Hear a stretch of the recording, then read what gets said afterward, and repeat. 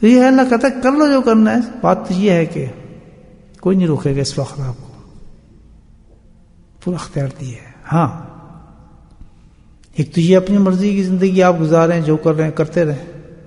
فرمایا ایک میری پسند کی زندگی بھی ہے. اللہ کہتا ہے سبحان اللہ، واہ، ایک میری پسند بھی ہے. تمہاری پسند 12 گھنٹے سونا ہے، میری پسند کچھ اور ہے. تمہاری پسند یہ ہے کہ میں دکانوں پہ کھڑا رہوں پیسے گنتا رہوں، میری پسند کچھ اور ہے.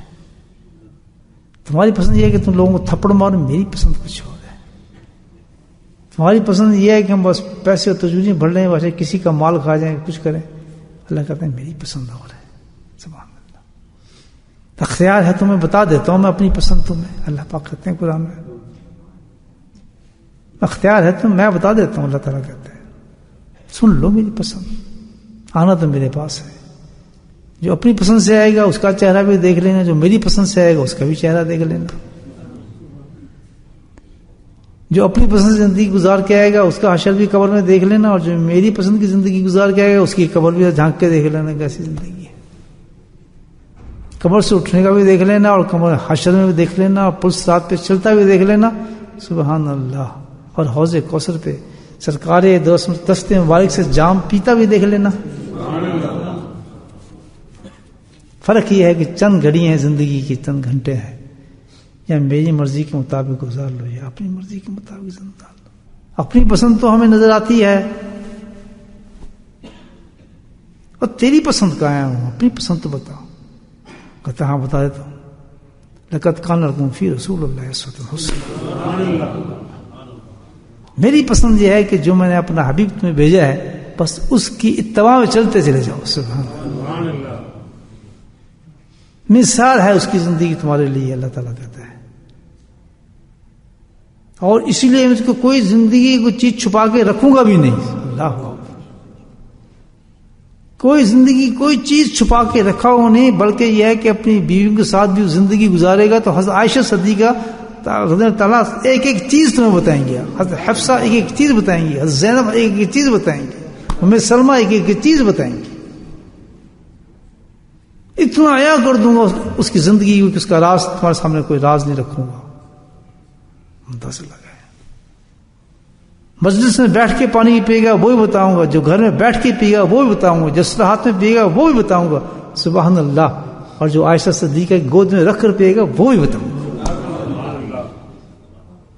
نقل کو چھوڑ دیا، اس کی مخالفت میں اپنی خواہشات پہ چلے اور لوگوں کی نقلوں میں گھس گئے، تو پھر ہماری کوئی عزت ہوگی؟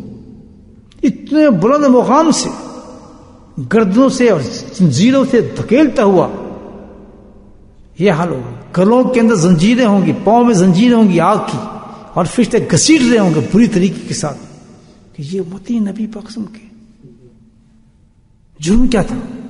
کہ جرم یہ تھا کہ انہوں نے اللہ کی کتاب کو چھوڑا، اللہ کے نبی کی سنت کو چھوڑا. من احب سنتی احبنی. اللہ کے نبی کہتے ہیں میری سنت سے جو پیار کرے گا میں اس سے پیار کروں گا، اور میرا پیار یہ ہوگا کہ انگلی پکڑ کے اپنے ساتھ جنت میں لے کے جاؤں گا. کیسے سودے ہو رہے ہیں آج کل، دیکھیں. سبحان اللہ. اللہ کے نبی نے فرمایا کہ دوسری چیز کہ ٹیک لگا کے مت کبھی مت کھائیں. ٹیک سمجھتے ہیں؟ ایسے تکیے لگایا چائے پی رہے ہیں، یا کرسی بیٹھے چائے پی رہے ہیں، کافی کھا رہے ہیں، بسکٹ کھا رہے ہیں، کھانا کھا رہے ہیں، کچھ نہیں، کچھ ناک میں ٹی وی چل رہا ہے، گانے بجا. اللہ کے نبی نے فرمایا جس کو کھانا کھاؤ کوئی ٹیک نہ لگانا، مجھے ناپسند ہے.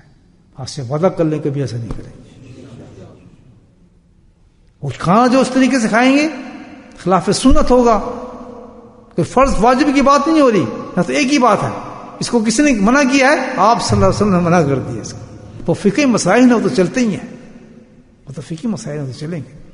لیکن یہاں کم یہ ہے اللہ کے نبی کا. سلمان فارسی رضی اللہ تعالیٰ شاہ ان کی روایت کہ اللہ کے نبی صلی اللہ علیہ وسلم نے یہ شاید فرمایا، میں نے خود سنا کرتا ہے.